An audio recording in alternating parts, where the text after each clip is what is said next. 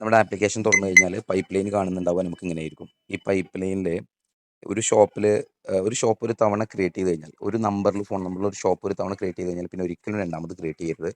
അത് ആപ്പ് സമ്മതിക്കുന്നില്ല. അപ്പോൾ അതൊരിക്കലും ചെയ്യരുത്, ഡ്യൂപ്ലിക്കേഷൻ സംഭവിക്കും. അപ്പോൾ എന്താ ചെയ്യേണ്ടത് വെച്ചാൽ, നമ്മളൊരു ഷോപ്പിൽ കയറി കഴിഞ്ഞ് രണ്ടാമത് ആ ഷോപ്പിൽ നമ്മൾ വിസിറ്റ് ചെയ്യുക. നമ്മൾ കയറിയതോ മറ്റൊരാൾ കയറിയതോ ആയ ഷോപ്പിൽ നമ്മൾ വിസിറ്റ് ചെയ്ത് കഴിഞ്ഞാൽ, അതിപ്പോൾ പൈപ്പ് ലൈനിൽ ആ ഷോപ്പ് സെർച്ച് ചെയ്ത് പൈപ്പ് ലൈനിൽ എടുക്കാൻ പറ്റും. നമുക്ക് ആ ഷോപ്പിനെ നമുക്ക് സെർച്ച് ചെയ്തെടുക്കാം അല്ലേ. അപ്പോൾ ഷോപ്പ് ഇപ്പോൾ ഇതാണെന്ന് വിചാരിക്കുക. അപ്പോൾ ഈ ചായ് ബസാറാണ് ഇതിപ്പോൾ കിടക്കുന്നത്, പിന്നെ ന്യൂ ലീഡിലാണ്, ചായ് ബസാറാണ്. അല്ലെങ്കിൽ നമ്മൾ വിസിറ്റ് ചെയ്ത് കഴിഞ്ഞാൽ നമ്മൾ എന്ത് ചെയ്യാം, അത് വിസിറ്റ് എന്നുള്ള കോളത്തിലേക്ക് നമ്മൾ മാറ്റുക. അതായത് വിസിറ്റ് ചെയ്തു എന്നുള്ളത് ആഡ് ചെയ്യുക. അപ്പോൾ അതിൽ വിസിറ്റ്, ആ ലൊക്കേഷൻ്റെയും ഷെയർ ലൊക്കേഷൻ്റെയും താഴെയായിട്ട് വിസിറ്റ് എന്ന് പറഞ്ഞൊരു ബട്ടൺ ഉണ്ടാവും.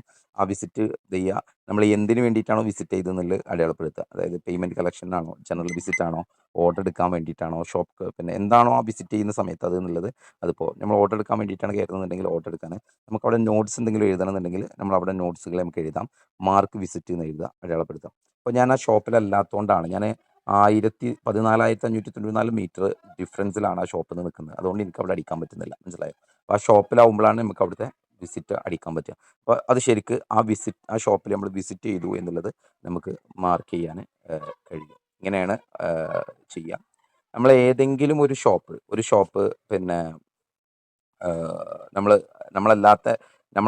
നമ്മളെ മുമ്പത്തെ ഒരാൾ ഓർഡർ എടുത്താൽ പോലും അത് ആ CRM ന്ന് ഇപ്പോൾ അത് ലീഡിലോ ഫോളോ അപ്പിലോ ഹോട്ട് ലീഡിലോ കിടക്കുന്നതെന്നുണ്ടെങ്കിൽ നമുക്കത് നേരിട്ട് എഡിറ്റ് എന്നുള്ള ബട്ടൺ ക്ലിക്ക് ചെയ്യാം. അവിടെ എഡിറ്റ് എന്നുള്ള ബട്ടൺ ക്ലിക്ക് ചെയ്യാം.